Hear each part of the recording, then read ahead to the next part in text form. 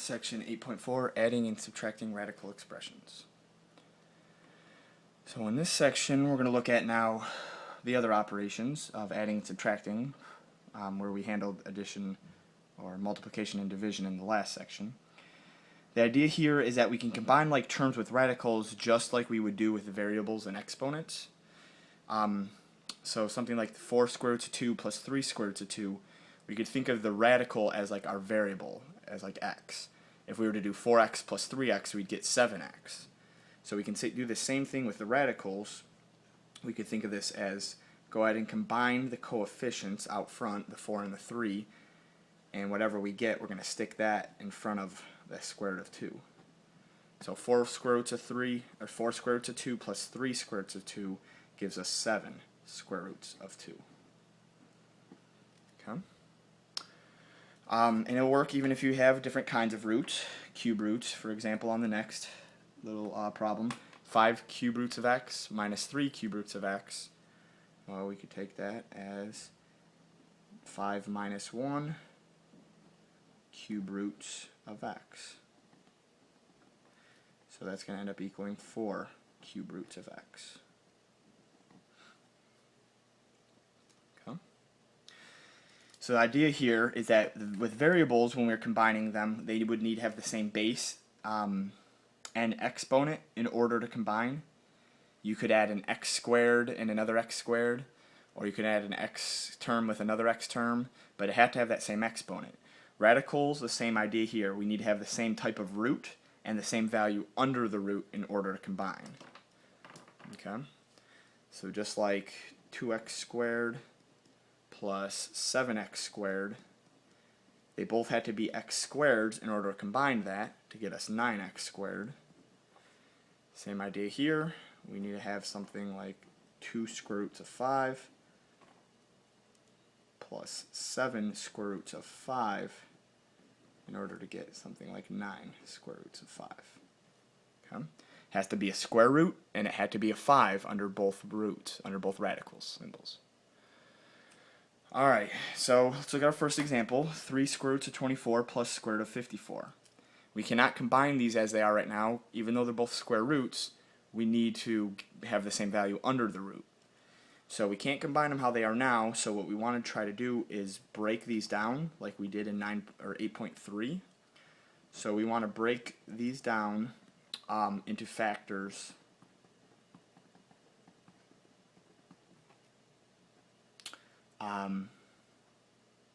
in order to square root them. Okay.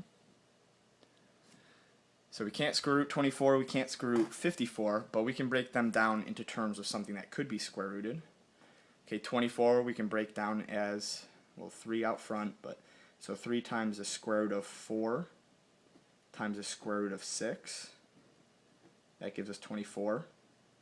6 times 4 does. And 4 we can square root. Whereas 54 we can break down into the square root of 9 times the square root of 6. And we can square root 9. And this is going to be nice because you see in both cases it's going to leave us with a square root of 6. And then we can combine by adding or subtracting. So here in our first radical, we have the 3 out front. Square root of 4 becomes a 2.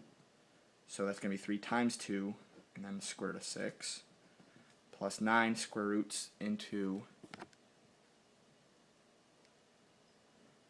3. So then we have 3 square roots of 6. Okay.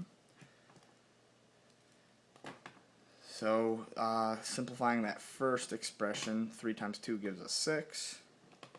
So we have 6 square roots of 6 plus 3 square roots of 6.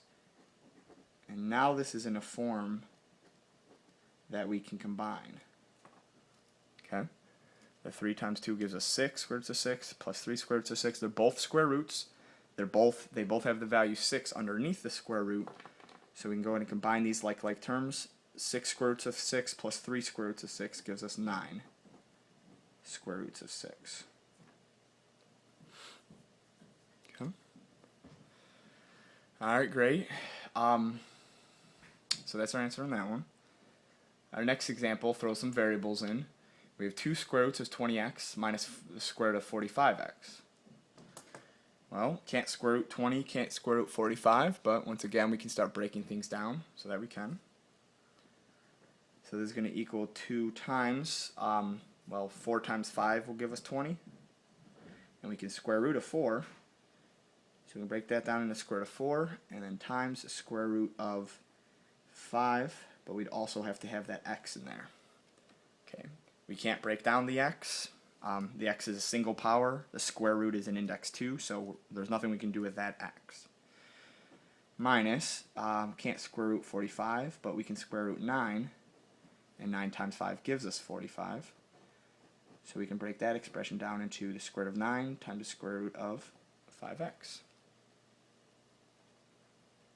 Okay. So, first expression we had, 2 times the square root of 4 is going to be 2 times 2, square root of 5x, minus, the square root of 9 is 3, square roots of 5x.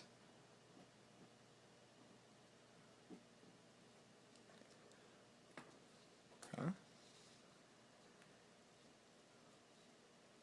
So now, 2 times 2 is going to give us 4 square roots of 5x.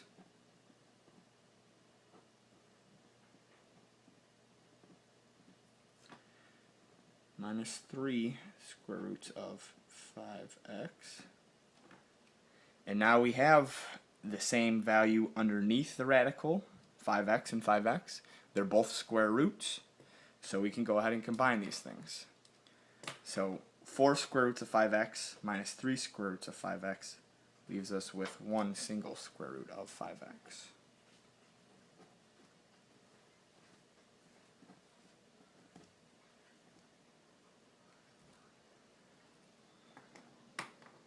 Okay.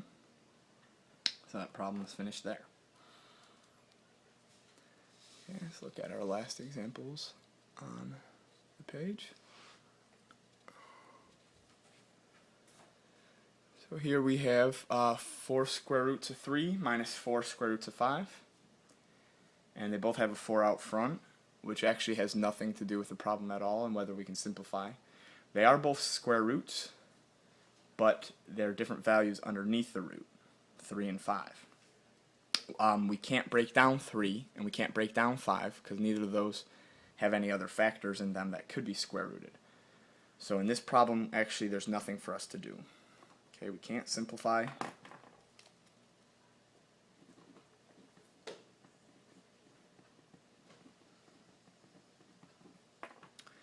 Because they're different values.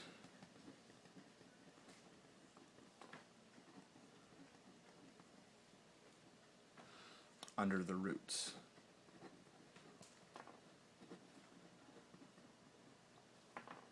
Okay, and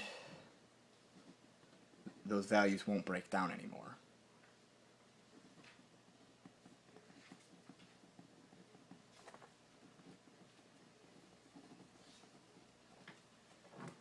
Okay.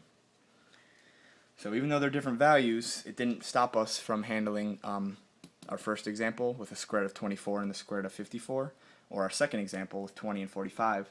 However, we can't break down 3 and 5 anymore, so there is going to be no way to turn those into having the same value under the root.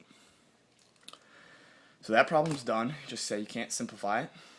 So moving on to the next. We have 2 cube roots of 16 minus 5 cube roots of 54. So we want to break these down the same way. First example, we have 2 times, what can we cube root that is a factor of 16? And 8 is a factor of 16, and you can cube root that.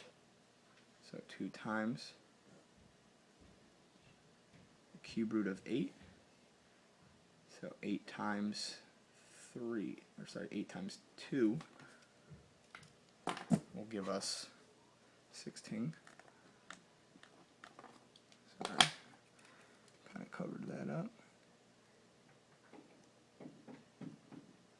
So cube root of 8 times cube root of 2 gives you the cube root of 16. So we can break it down that way. Minus 5 times, well, 54 can't be cube rooted, but we can cube root 27. And 27 times 2 gives us 54.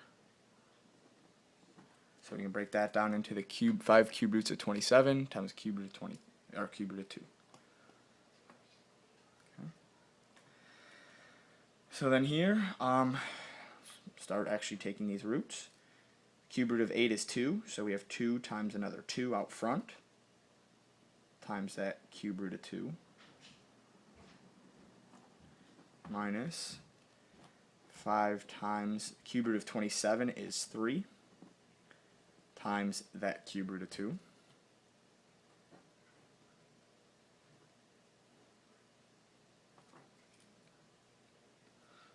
Okay.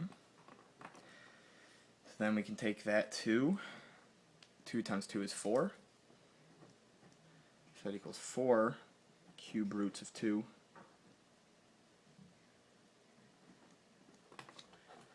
minus 5 times 3 is 15.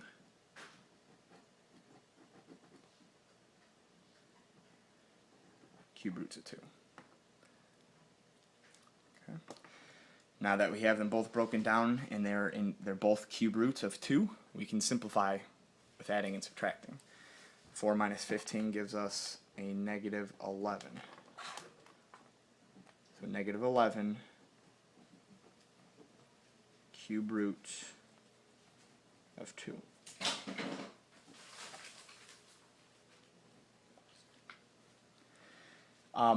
Last example here, we have 7xy cube roots of x squared y plus cube root of 3, cube root of 64 x to the 5th y to the 4th. So here we are going to have to apply some of the same things we were doing above, except that we have variables involved now, so we have to remember how we handled those in the last section. And that is, if the power on our variable is higher than the root, then we have to break it down. So in our first example, our root is 3, and our power on x is 2, and our power on y is 1, so there's nothing to simplify there. However, in our second expression, 5 and 4, those powers on x and y are higher than our root 3, so we'll have to break those down. Okay. So we can take this as equals 7xy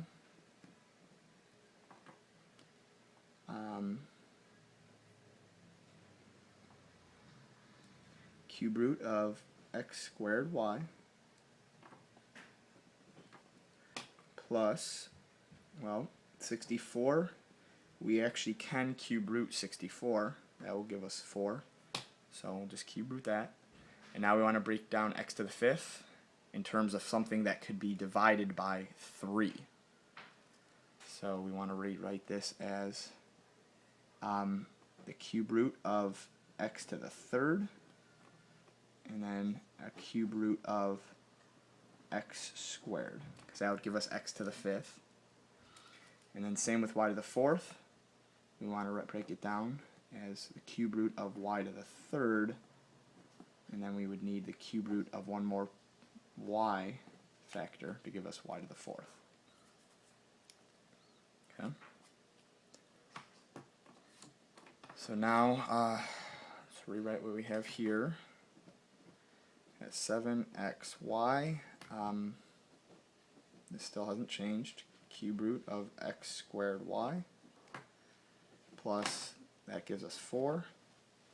Cube root of x cubed gives us x. Cube root of x squared, we can't do anything with that.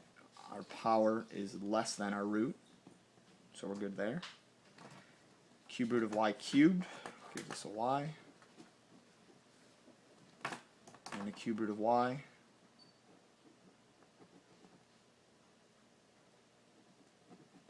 And our power of y is 1 there. The cube is 3, so nothing to break down on that last piece. So this equals, one more time, 7xy cube root of x squared y plus, well, the 4, the x, and the y we can pull out front, times the cube root of, we had an x squared and a y that still need to stay underneath our radical. Okay. And lastly, now we can combine because they're both square roots. They both have an x squared y under the root. So we just have to add our two coefficients. So if we add a 7xy plus a 4xy, that's going to give us an 11xy. And that's what will be out in front of the radical as our new coefficient. So this equals 11xy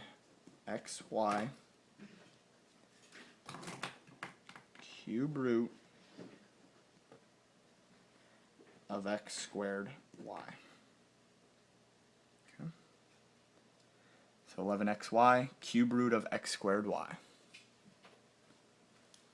That's all we can do on that one.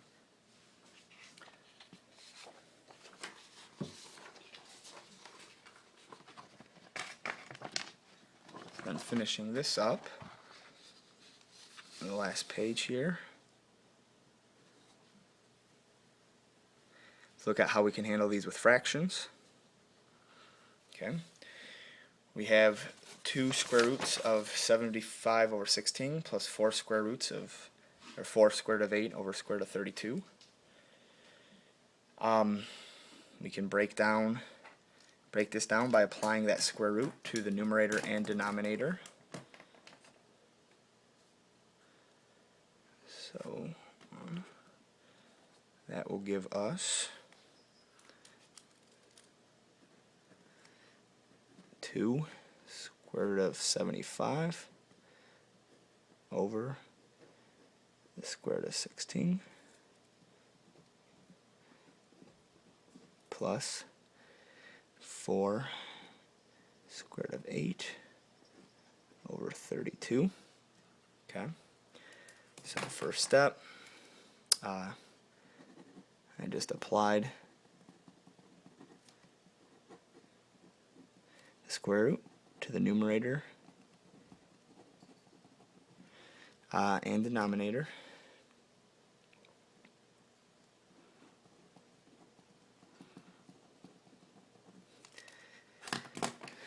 So then next, actually take the roots.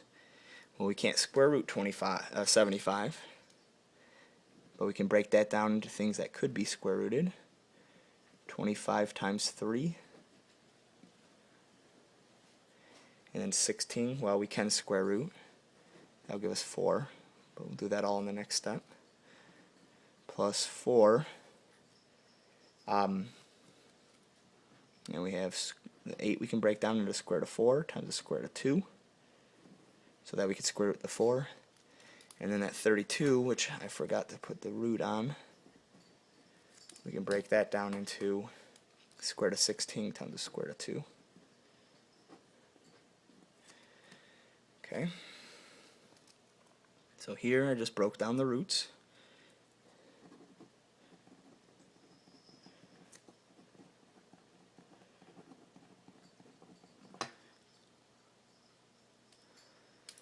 So next step,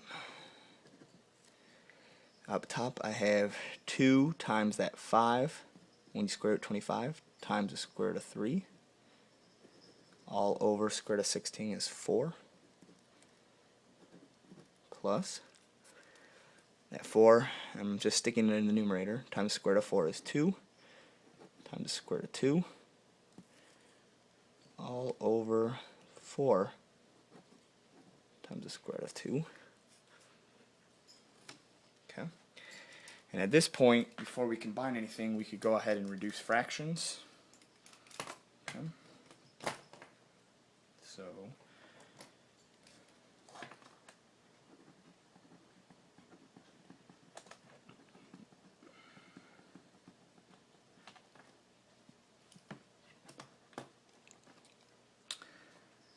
so in our first fraction, 2 and 4 can reduce. 2 goes into 2 one time, 2 goes into 4 twice. Over here, the 4's will divide each other out, and also the square roots of 2's will divide each other out. So what we end up with here then is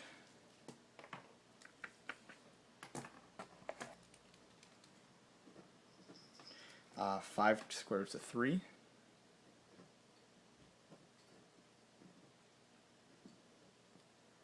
over 2 plus, all that's left really is a 2. So you could think of that, if you want, as 2 over 1, so that's still a fraction, so that we can combine these. Okay. In order to combine these, well, 2 over 1, we'd need to turn 2 over 1 into a fraction that has a denominator of 2. Okay. So that's going to equal 5 cube root, or 5 square root of 3 over 2. And then if we multiply 2 over 1 times 2 times 2, would become 4 halves. Okay. 2 over 1 is equivalent to 4 halves. And now this is in a form where we can combine, because the fractions have common denominators. Okay. So we're going to have 5 square root of 3 plus 4 all over 2. And that would be our final answer. I'm not sure. My math lab might accept this answer, 5 square roots of 3 over 2 plus 2, but I think it's going to make you take your answer to that. So, might as well learn that now. Okay. And then last example.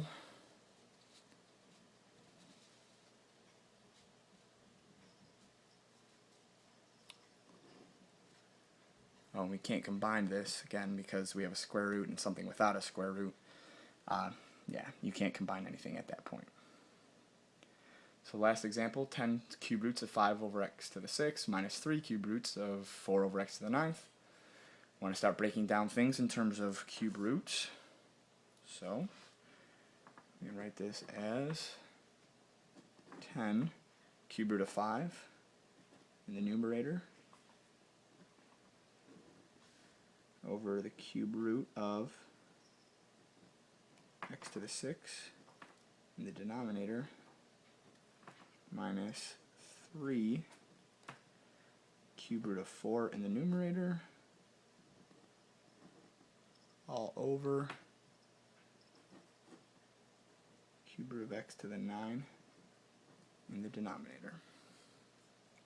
Okay, so just kind of remembering how we can handle these. X to the 6 power, cube root of that, we can do that and take it as x to the 6 over 3. That's going to give us an x squared. And then here we're going to take this as x to the 9 over 3 power. That's going to give us an x cubed in the bottom of that fraction. Okay.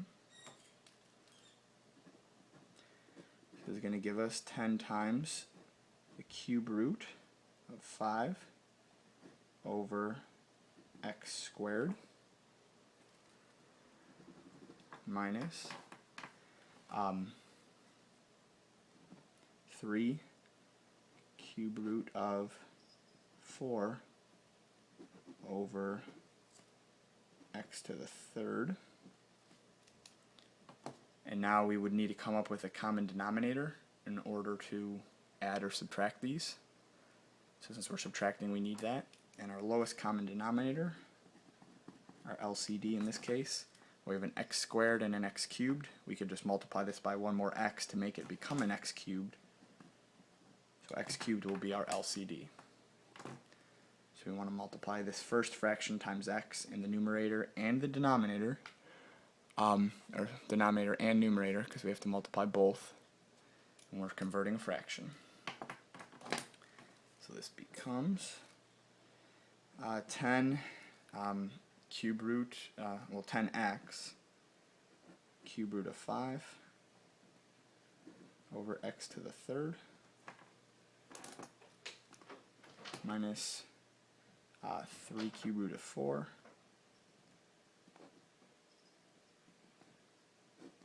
over x to the third.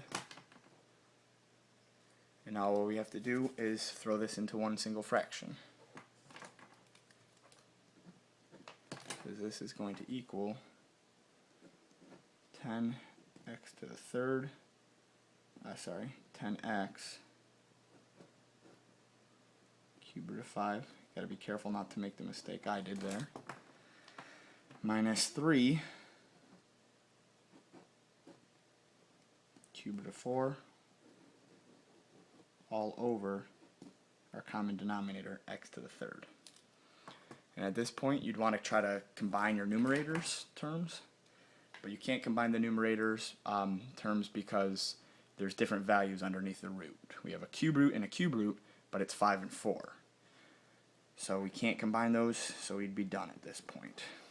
So we can't combine the numerator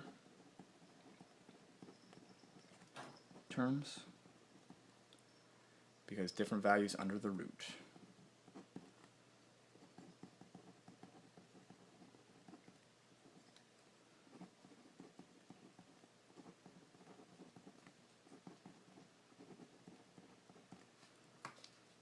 So our problem ends there. And that's it for section 8.4.